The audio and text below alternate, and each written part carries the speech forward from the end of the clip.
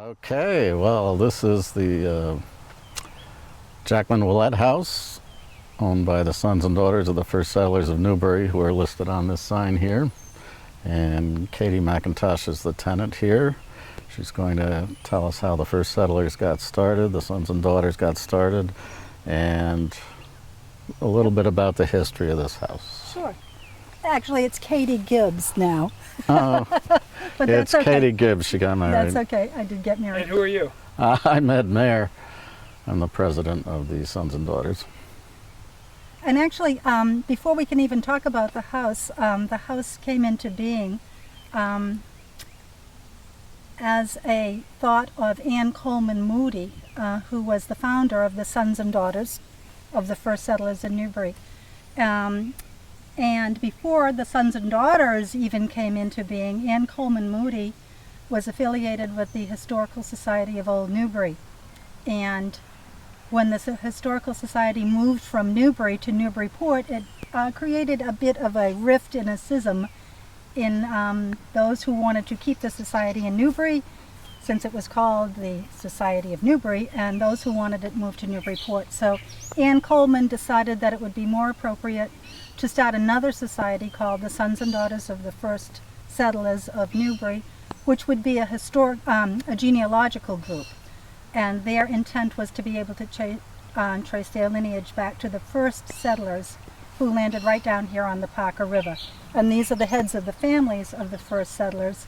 And their aim is, if you can trace your roots back to one of these people who landed here, to the heads of the family, then you would qualify to be a descendant and qualify for membership in the society. So the society started, and it was a startup society, small and fledgling, and her intent was to be able to have some place where they could have meetings and where they could honor the beginnings of the first period houses. And the Jackman-Willett house is exactly that.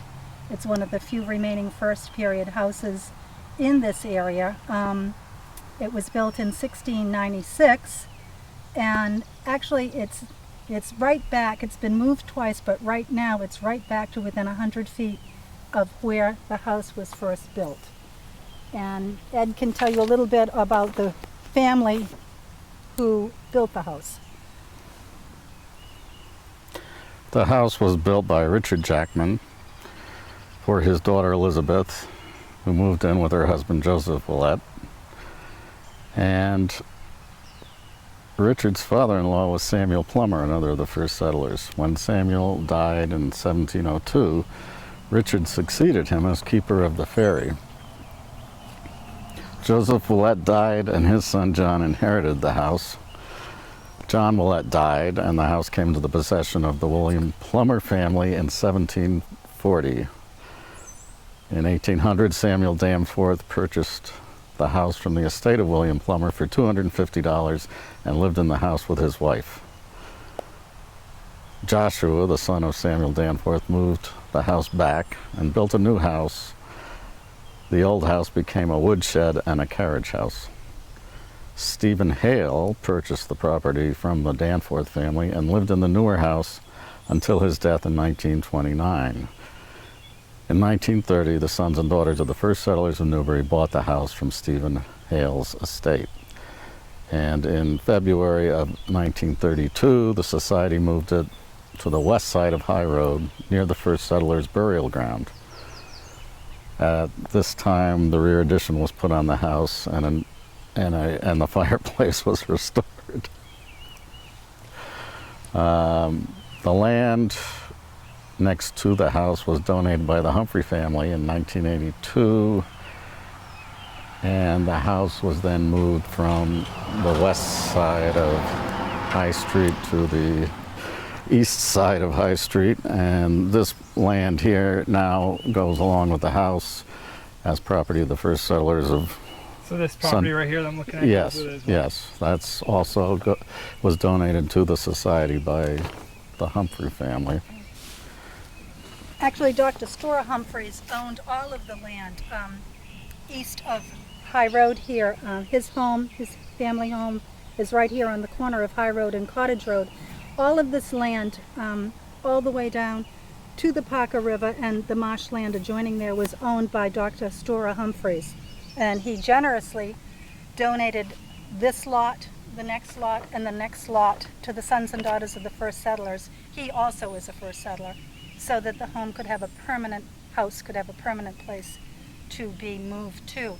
An interesting fact is when they moved the house in 1983, they broke 2 axles on the truck moving it down. It's on the front page of the Newburyport News showing the house being jacked up and moved down here again. So the house has been moved twice. Originally here up to High Road to the burying ground, and then back from the burying ground back down here again, where it has been happily sitting since 1982. Yes. And a big part of the Society's mission is to preserve and maintain the Jackman-Willett house, which is an ongoing effort. It's a wonderful house, it's a wonderful piece of history, and it's an important mission of the Society to keep it intact. And now maybe, Katie, you'd like to show us the inside of the house. Yeah, let's go in and take a look. It's All right. very tiny, so I'll give you some history on it inside. Come on in. Whoa.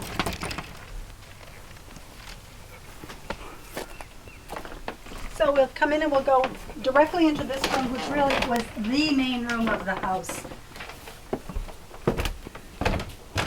And watch your head. Yeah. Everybody, watch your head. I'll let you come in more if you need to see it, and pan around to the... So this was the main keeping room of the house. Everything centered around this room. The house was a 4-room center entrance. Central fireplace. Yep. Chimney. Central fireplace, chimney, 2 chimneys, 2 fireplaces on the first floor, and a fireplace on the second floor. But these 2 rooms, this room and the living room, were really where all the activity took place. At one period of time in the 1700s, can't remember if it were one of the Willetts or one of the Jackman families, but they had 14 people living in this house, 2 adults, and the rest of them were children. So obviously no central heat, but the fireplaces, and no plumbing, outdoor plumbing, outdoor outhouse. Everything happened here. Sleeping was done in this room, as well as cooking, entertainment.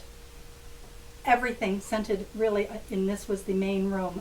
This is not an original beam, but it is a reproduction of The original. the original, not an original beam. A lot of the house is original. Some things have been changed. Not too many houses still have. They're called Indian shutters, although there is a dispute as to whether these were really for warding off Indians or whether it was to preserve the heat in the wintertime. But these are all original panels. And definitely I can attest to the fact that it does keep the heat in, because the house is a little bit of a cold house, but it's a wonderful house. The white pine floors, these are all original. And they have an interesting way of dating the house back to the 1600s. The limestone that the plaster is made from came from Devil's Den, which is up here off of Boston Road. It's Yeah, near we the did town dump. Yeah, I've actually did a video on that with Jim Cunningham. I've been Okay, out there, it's so- cool. So you know Jim And Cummings. Jim's Yeah. a first settler, so he knows all about it.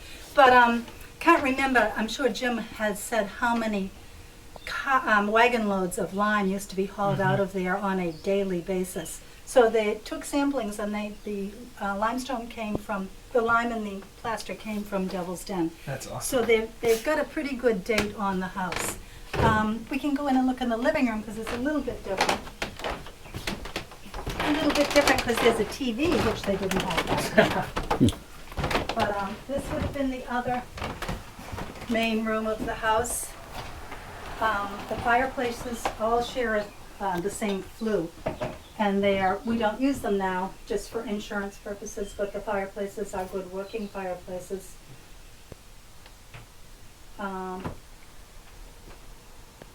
This is the plaque from when they moved the house in 1982 back down to reside here, and this is when they redid the chimney and had the house moved back to its original site. It's cool. You know, the house, there's not a lot of recorded history on the house. It's more a history of the families that lived in the houses. And that, you know, it's been continuously passed from family to family for over 300 years, which is really amazing. It was vacant for about a period of 25 years when it was just used as a shed. But when the house was moved here, they really did build a new foundation, so the house is on a really good foundation. Plenty of headroom in the cellar, which is unusual. And since then it's been maintained and preserved very, very well. They were lucky to have saved it, and if it weren't for Ann Coleman Moody, you know, this very well could have just been a woodshed and then could have burned or been razed or whatever. But there's one other interesting story, and if you go back through the family, it's more in the family history. It was not the Jackmans, not the Willetts, it could have been the Plumbers, but it was in the 1700s that the family that was living here had 5 or 6 children, and the father went out with the son in the afternoon in November and went down to do clamming or fishing right down here behind the Evergreen Cemetery, way out, heading over toward Plum Island, but on their feet, not on a boat. And a terrible blizzard came up, and the 2 of them were lost, and they were less than a mile, maybe 3/4 of a mile from the house, and they perished in a freak blizzard. So, you know, there's so much history on it, but it is all through the family and through the family's letters and that type of account. It's cool. Yeah. And the sons and daughters of the first settlers are also responsible for the newer looking stones that you see over in the first settlers' burying ground. They were, a woman from New York donated much of the money, and then descendants of the various people that are buried there also contributed, and those stones were erected at that time. And I think that was in the 30s probably also. And we would encourage anyone who has interest in genealogy. You don't have to be from Newbury or Newburyport to trace your roots back to this family. We are an international society. We have members all over the United States and then also in many, many countries. We have a genealogy department right down at the Newburyport Library who will be very happy to help work with you and help you trace back and see if you qualify. And we also encourage younger students in high school and whatever that are interested in genealogy to work on their Family history and you know, get the help right at the library. It's really interesting, and it's a great way to preserve history. And several United States presidents, not including the present one, can trace their family back to Newbury. Yep. And what else can we say about the society? Our annual meeting, we have an annual meeting This each year August. is August 12th. It will be at the Hope Church up on Hale Street. They have a couple of great speakers, and then the house will also be open in the afternoon. The house is small and fragile. It's only open a couple of times a year, maybe three or four, during trails and sales around Christmas time, and always for the annual meeting. And we encourage anybody to come and spend some time at the house. And you're also able to walk up to the burying ground for the first settlers from here. And it's a great way to connect with your relatives. So we would welcome anyone to do that. And you can also drive or walk to the landing place of the first settlers. Right down at the end of Cottage Road. And this house is really a major project. We have 2 members of our board of directors, including Marcia Pease, who's with us today, who worked very hard at maintaining this house and the grounds around it. And this is a shed called the Golden Shed. And it's actually named after a man named Golden who used to use it as a clam shed over in Salisbury in the 19th century. That's about all I know about it. It was near the Gillis Bridge, right on the river, Right. and moved here and is used today as a shed For a while, it housed the library of the sons and daughters of the first settlers, I believe, but that has now moved to the Cushing House in Newburyport. And the little shed actually was saved by the first settlers. It was not going to be preserved. It was not going to be saved, and they offered to make a home for it here since it did have historic value, and moved it down here. I think in the 70s, not positive, but I think in the 70s. I've been here since 1993, so it was here before I came. And as you can see, there's been a lot of restoration work done on it to preserve it. It was in pretty bad shape. It was in very bad shape. And Masha and Patty Keys are constantly working on the different projects for the main house and also for the shed to keep it in good shape, which is an ongoing, right, Masha? It is, it is.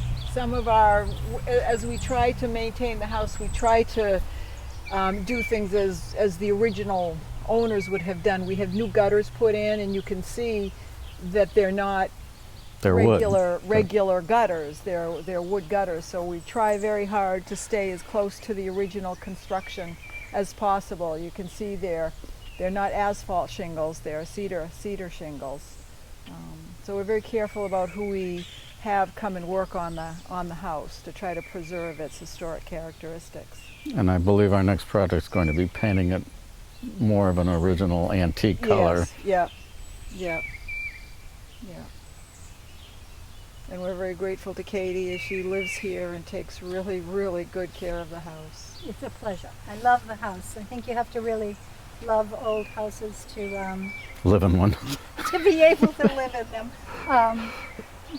Constantly remembering to duck when you hit that beam before you hit the beam. But you know, the house has a personality and just a wonderful history all of its own, and I'm so happy to be part of the newer history of the house. I've been here since 1993, and I just love it.